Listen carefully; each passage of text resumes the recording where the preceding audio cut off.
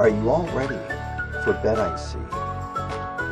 Snuggle up under those blankets and carefully listen to me. With your pillow underneath your head and slowly closing your eyes, let's all get comfortable and get ready for a story surprise. Whether we venture through the forest and make new friends, or fly off through the distant lands, you can always depend.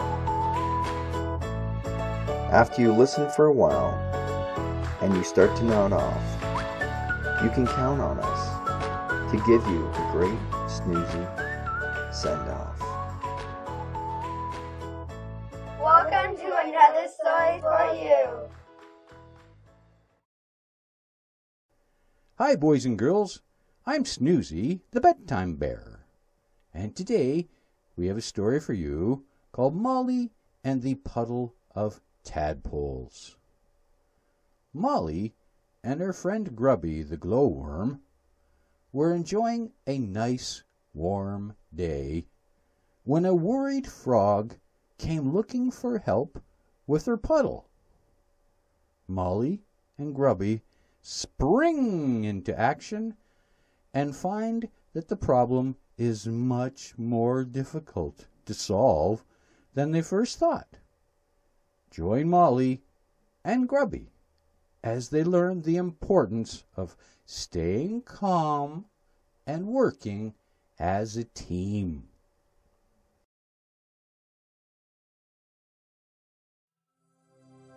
Molly and the Puddle of Tadpoles. Molly the ant and Grubby the glowworm were enjoying the sun one spring morning. Grubby had made himself a swinging bed out of silk rope and was rocking back and forth in the warm breeze. Molly rested against a tree and looked out over the valley in front of them. The trees were turning green as the leaves were getting bigger and bigger after the spring rains. As they watched, she noticed something hopping towards them in the distance. It looked like a frog, she thought, and as it came closer, she could see it really was a frog. The frog stopped hopping and rested in front of them as it caught its breath. "Are you Molly and Grubby?" she croaked. Molly told her they were and asked why she was looking for them. The frog, whose name was Raina, told them her story. Apparently, she had chosen a nice big puddle to put her tadpoles in. These tadpoles would eventually grow and become frogs, like herself.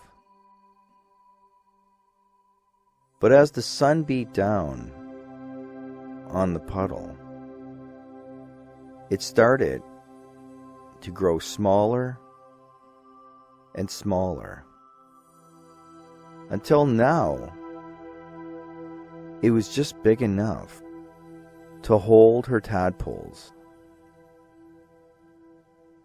If it gets any smaller, they will dry out.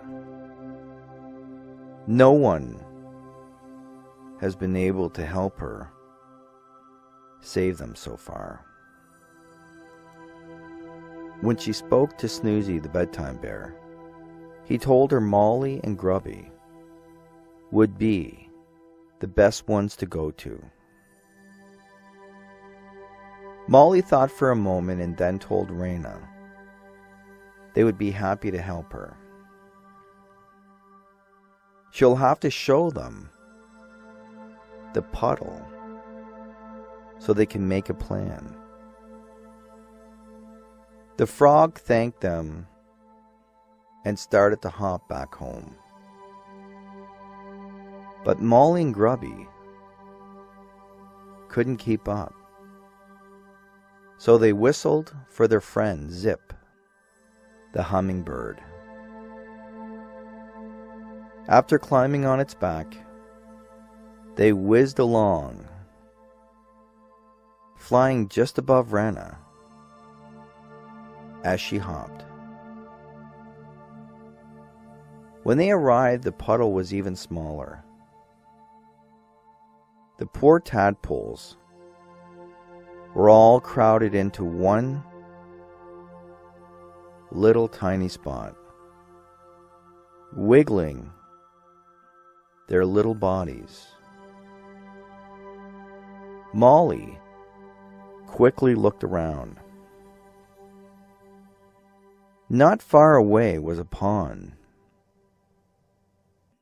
It was deeper and bigger than the puddle and wouldn't dry up in the hot sun. If they could move the tadpoles there, they would be okay. Now, how would they do that? She wondered. As she stood there thinking, suddenly the ground in front of her started to move. Then up popped a fuzzy little head. It was Mason the Mole. He climbed out of his hole and sat down on the ground in front of them. "Oh, hi, Molly and Grubby," he said.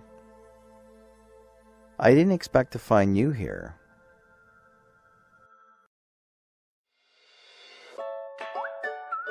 Thanks for tuning in. That was a short preview of another story for you. Boys and girls, click the like button, and when you come and visit us, you can download your favorite story or just print out your favorite picture to color yourself. Goodbye for now.